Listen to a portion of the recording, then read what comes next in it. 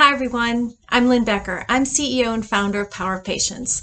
We're a digital health company and we do clinical trial research. Let's start with a simple definition of what is a clinical trial. Well, a clinical trial is very simply a research study or experiment that's conducted upon human subjects or participants, you and I. It's just that simple. There's three kinds of clinical trials. You have interventional, observational, and retrospective. So let's define what each one means. An interventional clinical trial, or that's what you're also hearing called clinical trial, that is when we actually take live subjects, human volunteers, and we intervene. We use some kind of a new drug or a device or even a behavior change, and we want to study the effects upon those people.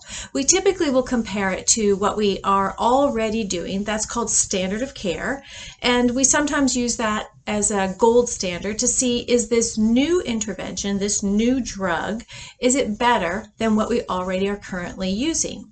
That's interventional. Observational is exactly how it sounds. We observe. Now, this is typically for a very long period of time, maybe 15 years, for example, and we want to look at certain conditions in a specific population. The third one is called retrospective, and retrospective is very simple. It goes back in time. We look at data, not human beings, but data that is already collected. And that's at institutions, it's in federal governments, it might be your healthcare data. And this is so that we can actually examine trends in the health population and we can see what's really going on so we can design prospective or interventional trials. So let's go on to who actually runs the clinical trials. So we always have what's called a principal investigator. A principal investigator is typically a medical doctor. It doesn't have to be, but that's typically who it is.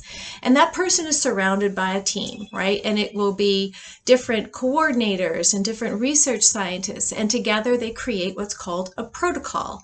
The protocol or the research document describes precisely who will be involved in the study and where it's going to be conducted. So how do you get into a trial is another question that I often get. Well, you have to be what's called eligible, and your eligibility criteria is broken into two brackets. So you have inclusion criteria and then you have exclusion criteria.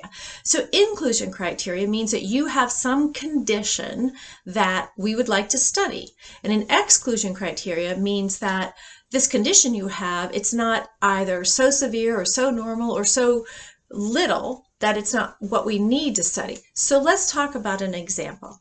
Let's say we wanted to do a high blood pressure study. So if I have high blood pressure, I would say, oh, hey, I'm a candidate.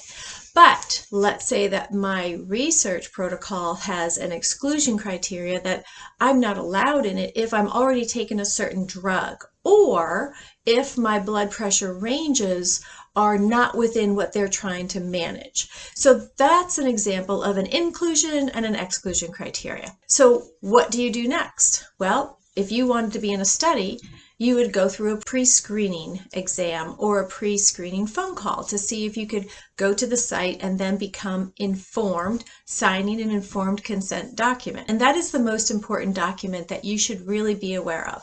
That document spells out every single thing that will be done to you, your procedures, your tests, the timeline that it's going to be expected that you're a participant in, the doses of any drugs and things like that. Now, this is not a contract.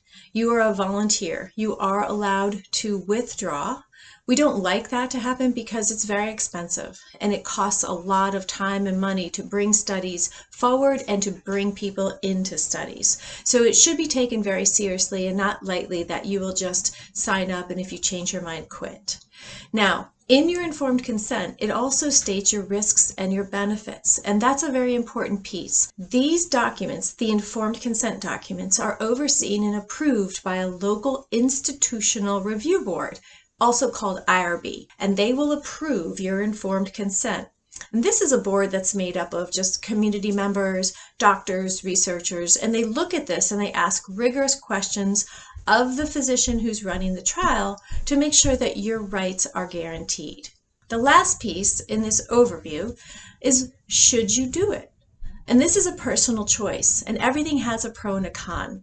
The pro is The reason you do a trial is that you're going to add to the body of knowledge of our medical community so that in the future, this may benefit that next generation of people who are coming in with this disease or condition.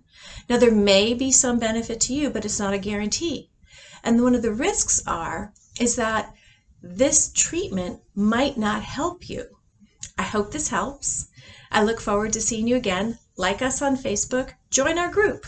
Check us out, powerofpatience.com, and we're going to continue this series. Thank you.